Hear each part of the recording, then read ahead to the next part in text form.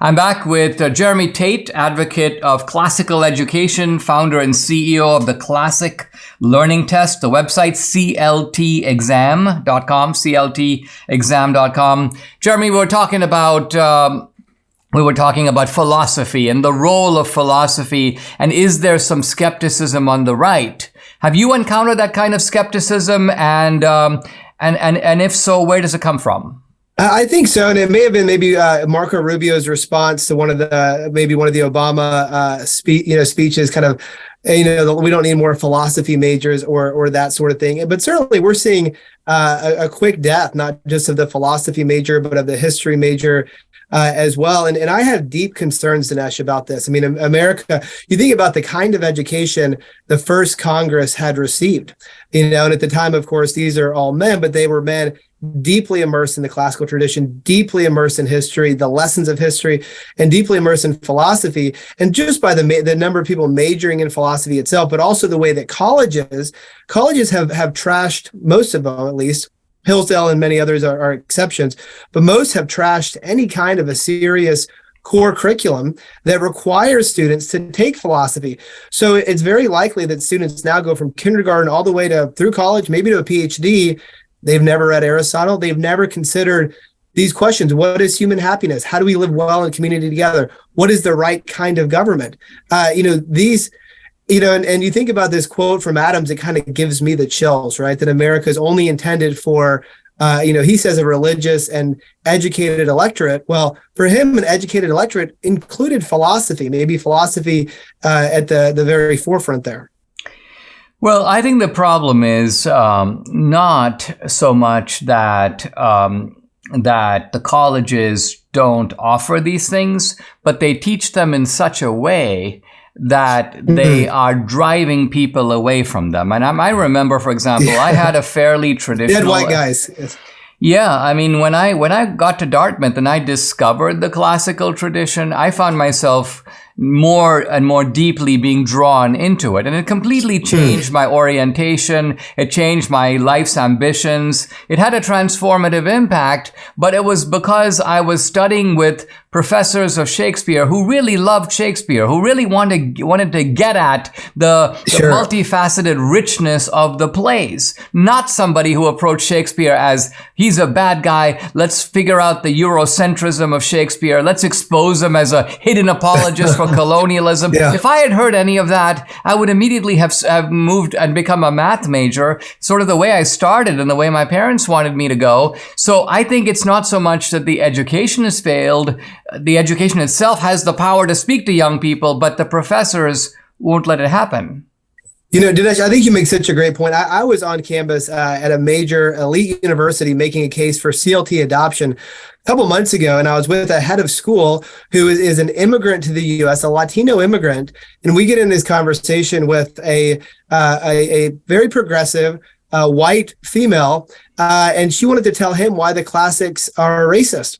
And he's there saying, I'm a Latino immigrant. I grew up in Honduras, and this tradition changed my life. Plato woke me up to the world, to reality. And so I think you're right. I mean, if they're taught as, again, dead white guys that are bad, or maybe, the reason things have gone wrong, who's going to major in history? Who's going to major in philosophy? Well, one of the themes, I mean, as if to illustrate your point and circle back to Aristotle a little bit, one of the things Aristotle is known for is his ideas of moderation, the idea of the mean. The mean is a kind of middle position between two excesses. And so, for example, you can think of, we have all these proverbs like the look before you leap. But then we also have he who hesitates is lost. And I think that if you think of that, those two things, they seem to contradict each other. One recommending caution, one recommending going for it. I think what Aristotle is saying is that there are times when it is reckless to go for it. And there are other times when you can be too cautious. So that Aristotle's doctrine of moderation is not some artificial middle position that you just find in the middle of things, but rather being able to know prudentially when to do the right thing. And I say all this because it seems to me that we're a country really lacking in Aristotelian moderation right now. Would you agree? Absolutely. I mean, the focus on virtue and then the loss of virtue from our national conversation. I mean, especially if you think about Aristotle's focus on the mean. To apply this to something like alcohol, right?